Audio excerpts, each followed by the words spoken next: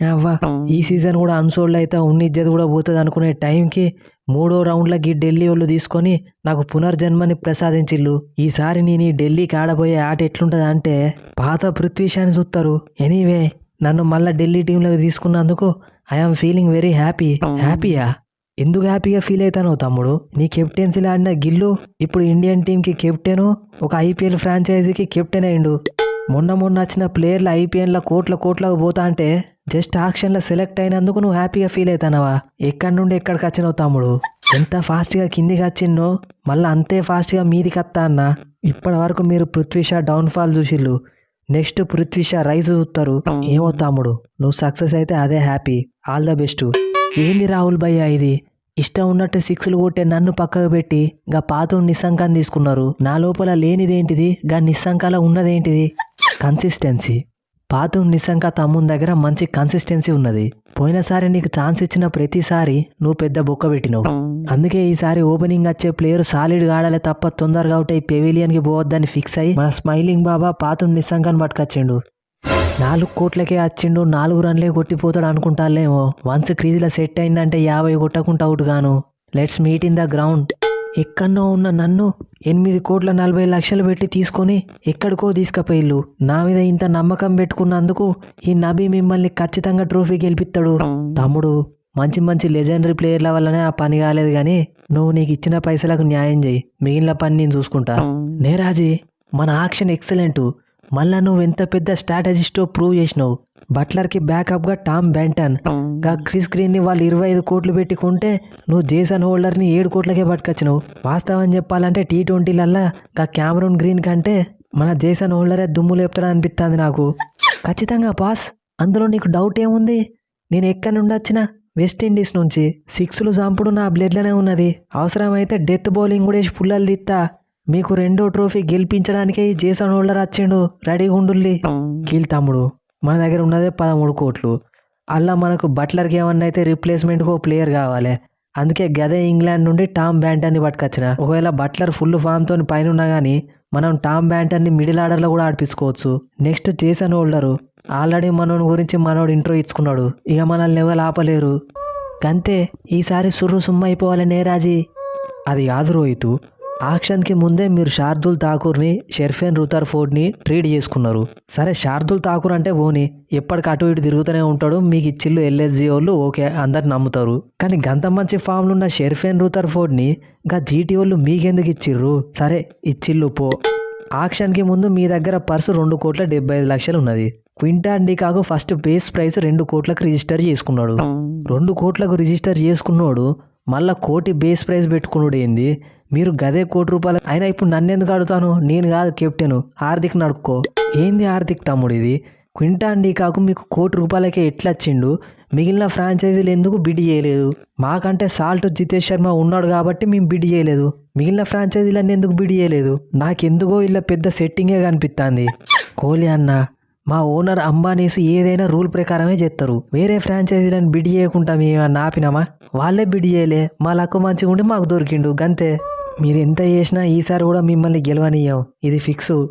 అది కాదువేడ్డి కాకు, రిటైర్మెంట్ నుండి బయటకు వచ్చి నన్ను సౌత్ ఆఫ్రికా T20 టీం కాడకుండా చేసినావు, వన్డే టీం కాడకుండా చేసినావు, టెస్ట్ టీం కాడకుండా చేసినావు. సరే పోనీ కనీసం ఇక్కడ ఐపీఎల్ అన్న ఆడుకుంటా అంటే మళ్ళీ ఈడికే వచ్చి ఐపీఎల్ కూడా ఆడనీయకుండా చేస్తాను.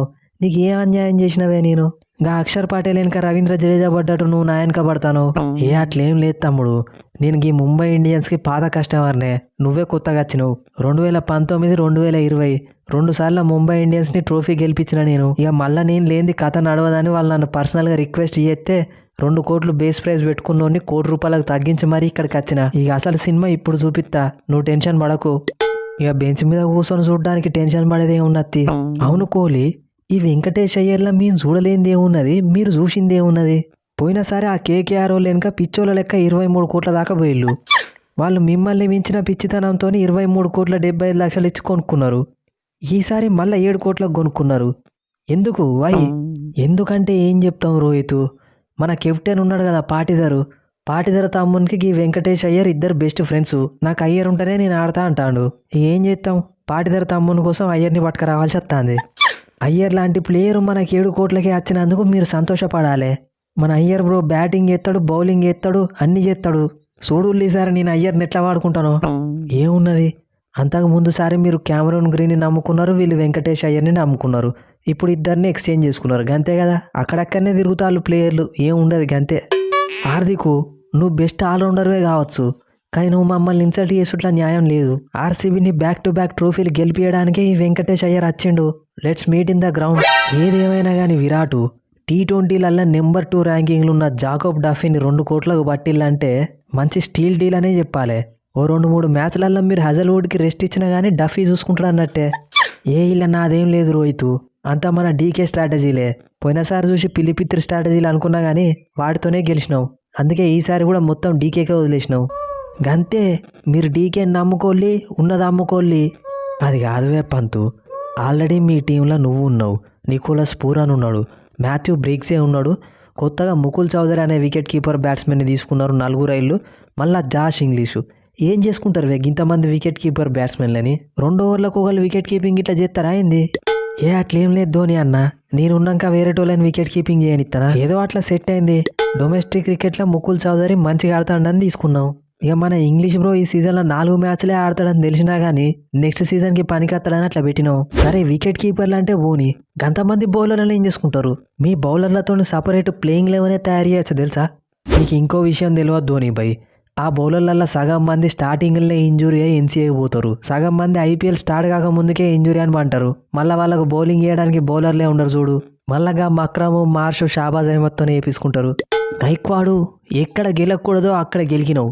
ఈసారి మా బౌలర్లు ఇంజురీ అయ్యి ఇంటికి పోవడానికి రాలేదు, మీ బ్యాట్స్మెన్లకు ఇంజురీ చేసి ఇంటికి పంపించడానికి వచ్చిళ్ళు. మా బౌలర్ల ప్రతాపం ఏందో మీకు ఐపీఎల్ స్టార్ట్ అయినాక తెలుస్తుంది. Let's meet in the ground. అవునువే అయ్యారు, ఉన్న 11,50,00,000కి ఎగేసుకొని ఆక్షన్కి పోయినోను ఏమన్నా మళ్ళీ వేరే దేశాల ప్లేయర్లను కొంటారా అంటే మళ్ళీ గదే ఆస్ట్రేలియా ప్లేయర్లను కొన్నారు. ఇడి తిరిగి ఆస్ట్రేలియా ప్లేయర్లను కొనుడు తప్ప మీకు ఎవరు దొరకరావే? Already Mitchell Owen, Stoinis, Bartlett ఉండగా మళ్ళీ కూపర్ కానోలి, బెండ్ వార్షెస్. కొన్ని రోజులైతే మీ పాంటింగ్స్ పంజాబ్ కింగ్స్ అనే పేరు తీసేసి సిడ్నీ కింగ్స్ అని పెడతాడు పేరు. అందులో తప్పేముంది? ఆస్ట్రేలియా ప్లేయర్లు మంచిగా ఆడతారు కాబట్టి మా కోచ్ ఆస్ట్రేలియా ప్లేయర్లను తీసుకుంటాడు. గదే ఆస్ట్రేలియాకి చెందిన ఆల్రౌండర్ క్యామరూన్ గ్రీన్కి 25 కోట్లు పెట్టిలుగా కేకేఆర్ వాళ్ళు. అలాంటిది మేము గదే ఆస్ట్రేలియాకి చెందిన అప్కమింగ్ ఆల్రౌండర్ కూపర్ కానోలిని జస్ట్ 3 కోట్లకే తీసుకున్నాం. ఎక్సలెంట్ బౌలర్ బెండ్ వార్షెస్ని కూడా తీసుకొచ్చినాం. అవసరమైతే లాస్ట్లో 6 కూడా చంపుతాడు. మా పాంటింగ్ బాబాయ్ ఉన్నంత వరకు మమ్మల్ని ఎవరు ఆపలేరు. ఏదేమైనా శాంసన్ నిన్ను వదిలేసినాక ఆర్ఆర్ అండర్ గ్రౌండ్కు పోయినట్టే అనిపిస్తుంది. పాపం ఆక్షన్లో కూడా పైసలు లేక రవి, బిష్ణయ్, ఆడమ్ మిల్నే తప్ప ఎవరిని తీసుకున్నారో తెలుస్తలేదు. ఇక మా జడేజా అన్న తప్ప వాళ్ళని ఎవరు కాపాడలేరు. గైక్వాడ్ తమ్ముడు, నువ్వేం బాధపడాల్సిన అవసరం లేదు, మా దగ్గర ఆల్రెడీ ఉన్నారు కాబట్టి మేము ఆక్షన్లో ఏమంత కనవలేదు. ఎవరు ఉన్నారన్న అసలు మీ టీంలో మేము చూడలేకపోతున్నావా లేకుంటే మాకు అర్థమైతే లేదా? పంతు, మా టీంలో ఎవరున్నారు ఏంది కథ అన్నది మీకు ఐపీఎల్ స్టార్ట్ అయినాక తెలుస్తుంది. ఉన్నోళ్ళతోనే విధ్వంసం సృష్టించడానికి రెడీగా ఉన్నాం. ఇక నన్ను కెప్టెన్గా కూడా చేస్తారు, చేసినాక మాట్లాడుకుందాం. Let's meet in the ground.